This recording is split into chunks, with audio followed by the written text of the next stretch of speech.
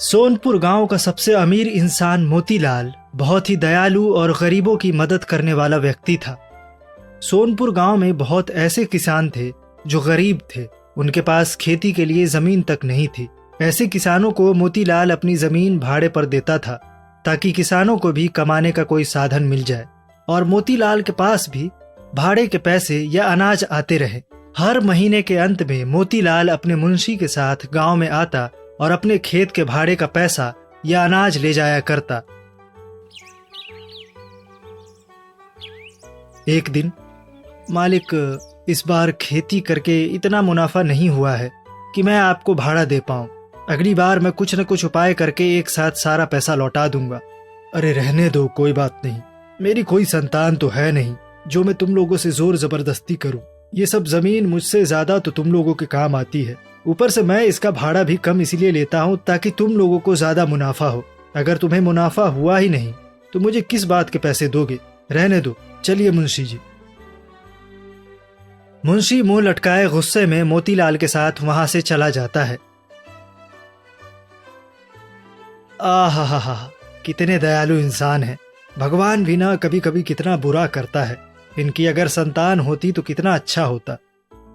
अगले दिन मुंशी अपने घर गांव के ही अपने चेले छोटू राम को बुलाता है और उससे कहता है, अरे ये मोतीलाल कितना पागल आदमी है। घोर कलयुग का जमाना है, उसमें भी ये इतना दयालु और गरीबों की सेवा करने वाला बन रहा है। अरे उसकी संतान नहीं है तो क्या हमारी तो है।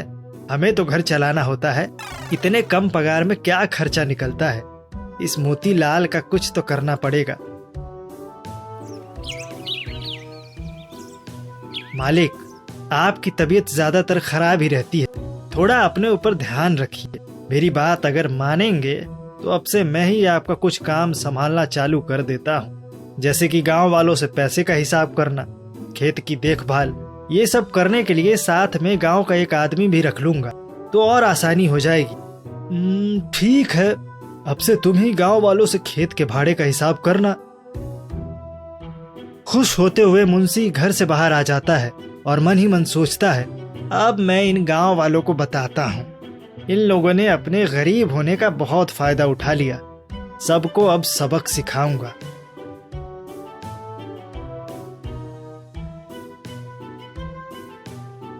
क्यों रे छोटू, सब बातें बता दी ना इन गांव वालों को?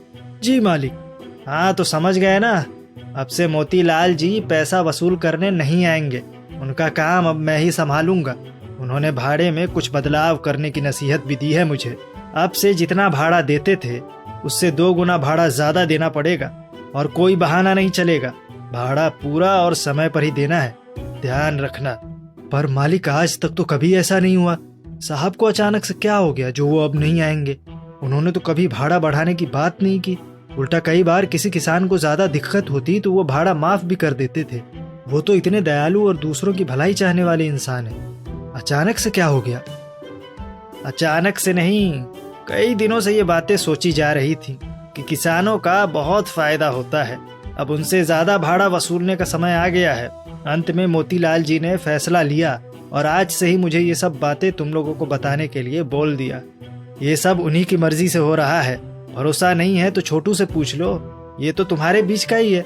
क्यों, तुम्हारे सामने ही मोतीलाल जी ने ये सब कहा था ना? जी मालिक, मेरे सामने ही सब बातें हुई थी। जैसा आप कह रहे हैं बिल्कुल सही है। ठीक है, गांव के जितने भी किसान हैं सब अपना भाड़ा तैयार रखना। 4 दिनों के बाद मैं पूरा हिसाब करने फिर से आऊंगा। चल छोटू। पता नहीं क्यों मुझे ये सब सच नहीं लग रहा। अचानक से इतना भाड़ा? और ये छोटू क्यों झूठ बोलेगा? वो तो हमारे बीच का ही है। इस पर तो कैसे ही भरोसा किया जा सकता है। ये तो मुंशी का पक्का चेला है। अभी तक तो सोचे अनुसार सब ठीक चल रहा है, बस आगे का अच्छे से ध्यान रखना होगा। याद रखना कि किसानों को और मोतीलाल को कुछ पता नहीं चलना चाहिए। जो भी किसान हमें देंगे उसका 3 हिस्सा होगा, जिसमें से एक हिस्सा मोतीलाल का और एक मेरा और एक तुम्हारा रहेगा। वैसे भी मोतीलाल अकेला रहता है तो वो इतनी संपत्ति लेकर क्या करेगा। मेरा भी ईमानदारी के चक्कर में गुजारा करना मुश्किल हो गया है। बस कैसे भी तुम गांव वालों को मोतीलाल के घर मत जाने देना, नहीं तो हमारी सारी मेहनत खराब हो जाएगी। कुछ दिन संभाल लो, उसके बाद तो ऐश की जिंदगी जियोगे। आप चिंता मत कीजिए, पैसे के लिए तो मैं गांव वालों को आराम से चूना लगा सकता हूँ। मेरी नज़र हमेशा गांव वालों पर बनी रहेगी। अब मैं चलता हूँ, गांव वालों के चाल ढाल पर भी ध्यान रखना है। छोटू वापस गांव वालों के पास चला जाता है। इधर गांव वाले आपस में मोतीलाल के स्वभाव में अचानक आए बदलाव के बारे में अभी तक बात कर ही रहे थे। क्यों रे छोटू, ऐसा क्या हुआ कि मालिक ने अचानक से इतना भाड़ा लेने का विचार बना लिया? यह बात कुछ और है, कोई और बात नहीं है। तुम लोग कुछ ज्यादा ही दिमाग लगा रहे हो। कब से तो हम लोग भाड़ा कम ही दे रहे हैं, तो अब अगर मोतीलाल ने भाड़ा थोड़ा सा बढ़ा ही दिया तो क्या दिक्कत है? मैं भी तो तुम लोगों के साथ ये सब भुगतूंगा ना। दिक्कत तो होगी, पर अब जो बोला गया है वो तो करना ही पड़ेगा। मेरे हिसाब से तो बड़े मालिक की बातों का हमें पालन ईमानदारी से करना चाहिए। चलो ठीक है, जैसे तैसे ये भी सह लेंगे, लेकिन मालिक से एक बार मिल लेते तो अच्छा रहता। नहीं नहीं, उनसे तो मिल ही नहीं सकते। वो अब सिर्फ मुंशी के जरिए ही गांव वालों के संपर्क में है। आजकल उनकी तबीयत कुछ ठीक नहीं रहती। मिलना होता तो वो खुद नहीं आते पहले की तरह। सभी गांव वाले हैं ना? ठीक है, तो अब मैं सबको बता देता हूँ कि किसको कितना अनाज देना है। एक एक करके मुंशी सभी गांव वालों को उनका हिसाब बताने लगता है। हिसाब बताने के बाद मुंशी उनसे कहता है, आज शाम को तुम सब छोटू के घर सारा भाड़े का सामान पहुंचा देना। उसके बाद वो अपने आदमी के साथ मोतीलाल के घर सामान पहुंचा देगा। शाम होते ही सभी गांव के किसान छोटू के घर अपना अपना हिस्सा लेकर पहुंच जाते हैं। छोटू भी सभी सामान में से अपना हिस्सा निकालने के बाद बचे हुए सामान को मोतीलाल के घर पहुंचाने के बजाय मुंशी के घर लेकर पहुंच जाता है। वहां से मुंशी अपना हिस्सा लेने के बाद मोतीलाल का हिस्सा देने के लिए निकल पड़ता है। मोतीलाल के घर पहुंचने के बाद सारा सामान रखते हुए मुंशी कहता है, मालिक आपका सारा सामान समय पर फिर से पहुंच गया है। बस 2-3 लोगों ने इस बार भी नुकसान की वजह से अपना भाड़ा नहीं दिया है। मोतीलाल को किसी भी धोखेबाजी का अंदाजा नहीं था। उसने माहौल को सामान्य समझते हुए ही कहा, कोई बात नहीं, जो नहीं दे पाए उनको आगे भी कुछ कहने की कोई जरूरत नहीं। गरीब किसान जितना खुश रहे गांव की भलाई के लिए उतना ही अच्छा है। कुछ ही देर में छोटू और मुंशी मोतीलाल के घर से बाहर आ जाते हैं और एक दूसरे से बात करने लगते हैं। मालिक, सारा काम तो सही तरीके से हो गया, लेकिन हमने इतना सामान जो मारा है उसका क्या करें? अपने घर में तो ज्यादा दिनों तक रखा नहीं जा सकता। क्या उपाय किया जाए? अरे रात को चुपचाप एक एक बोरी लेकर व्यापारी को बेच आना। सारा सामान एक साथ लेकर जाओगे तो गांव वालों को पता चल सकता है। ठीक है मालिक, मैं कल रात से ही अपने काम में लग जाता हूँ। गांव के लोग अभी भी इस बात पर भरोसा नहीं कर पा रहे थे। मैं तो कहता हूं हम कुछ दिनों तक इस छोटू की हरकतों पर ध्यान रखते हैं। अगर कुछ गड़बड़ होगा तो अपने आप पता चल जाएगा। कैसा गड़बड़? देखो, अगर इसने और मुंशी ने कोई धांधली की होगी तो अनाज की ही तो धांधली की होगी, और उसको वो अपने घर पर ज्यादा दिनों तक रख नहीं सकता। कभी न कभी तो अनाज बेचने वो निकलेगा ही। उसी समय रंगे हाथ उसे पकड़ सकते हैं। तो आज से ही अपना काम चालू कर देते हैं ना।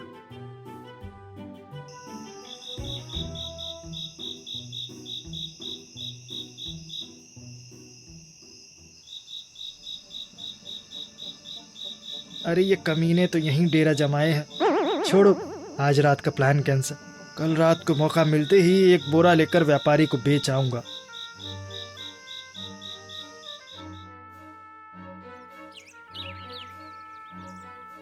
ऐसे तो काम नहीं बनेगा।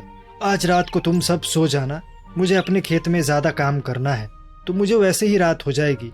मैं अपने खेत से ही इसके ऊपर ध्यान रखूंगा।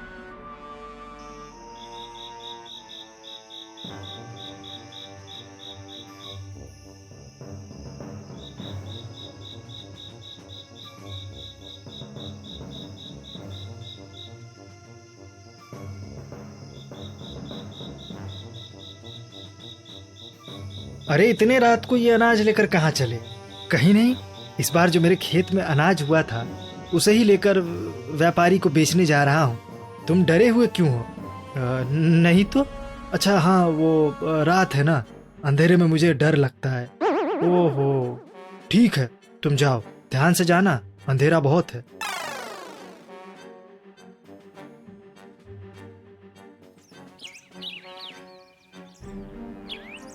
समझे, हम जैसा सोच रहे थे वैसा ही हुआ है। अब इस बात को पक्का करने का एक उपाय मेरे पास है। जैसे मुंशी और छोटू ने हमें और मोतीलाल को धोखा दिया, वैसे ही हम भी अब इनको मजा चखाएंगे। हम लोग कुछ और अनाज के साथ मोतीलाल के घर चलते हैं। अब इन सब अनाजों से मैं क्या करने वाला हूँ, ये तुम सबको वहीं पता चल जाएगा। अरे ये सब क्या है, तुम लोग फिर से अनाज लेकर आ गए? मालिक, मुंशी ने तो कहा था कि अब से खेती का भाड़ा ज्यादा और महीने में 2 बार देना पड़ेगा, लेकिन ऐसा मैंने करने के लिए तो नहीं बोला था। ऐसा कैसे हो सकता है? देखा, हमारा शक सही था। मोतीलाल छोटू और मुंशी दोनों को बुलाकर पूरे गांव के सामने उन दोनों को जलील करता है और दोनों को सारा सामान वापस करने के शर्त पर ही वहां से जाने का आदेश देता है।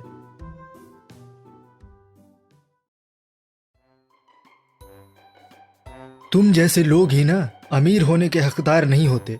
संभल कर नहीं जा सकते थे अनाज बेचने? पूरे गांव में ढिंढोरा पीटते हुए निकले होगे।